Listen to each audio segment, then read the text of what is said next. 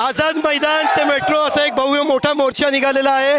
जय भीमचा नारा इथं दिला जातोय। आनंदराज आंबेडकर असो किंवा चळवळीतले अनेक नेते या मोर्चामध्ये सहभागी झालेले आहेत। हा मोर्चा नक्की का काढलेला आहे, नक्की काय मागण्या आहेत, बौद्ध पंचायती सक्रिय याच्यामध्ये सहभागी झालेले आहेत। आपण काय नक्की कारण आहे मोर्चा काढणे? आम्हाला या बौद्ध विहाराची जी मागणी आहे, जी आता सध्याला जी आरएसएसच्या लोकांनी बौद्ध विहार पूर्णपणे त्यांच्या ताब्यात घेतलेलं आहे आणि सरकार आम्हाला जाणूनबुजून आमच्यापासून ते दुर्लक्ष करत आहे। आपल्यासोबत काही महिला आहेत, तुम्ही काय सांगाल कशा पद्धतीने हा मोर्चा काढलेला आहे, काय म्हणत राहा?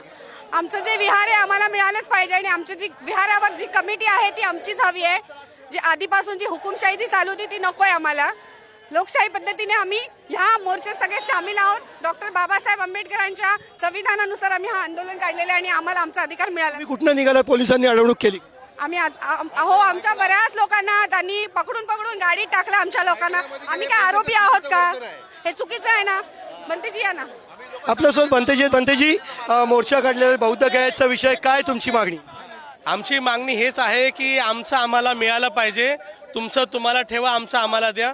जे महाबोधी महाविहार जे बौद्धांच्या आस्थेचं आहे आणि जे श्रद्धेचं ठिकाण आहे ते महाबोधी महाविहार आजही तिथे ब्राह्मण समाज जो आहे, ब्राह्मण पुरोहित वर्ग जो आहे तो ब्राह्मण पुरोहित वर्ग आजही तिथे पूजा अर्चना करतो आणि बौद्धांना डावलतो।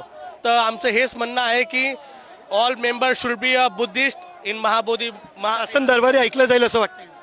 ऐकावंच लागेल। शासनाला विचार ना, तुम्ही तुमचं घर दुसऱ्यांना द्याल का? तुम्ही तुमचं विहार मंदिर दुसऱ्यांना देऊ शकता का? मग आम्ही का?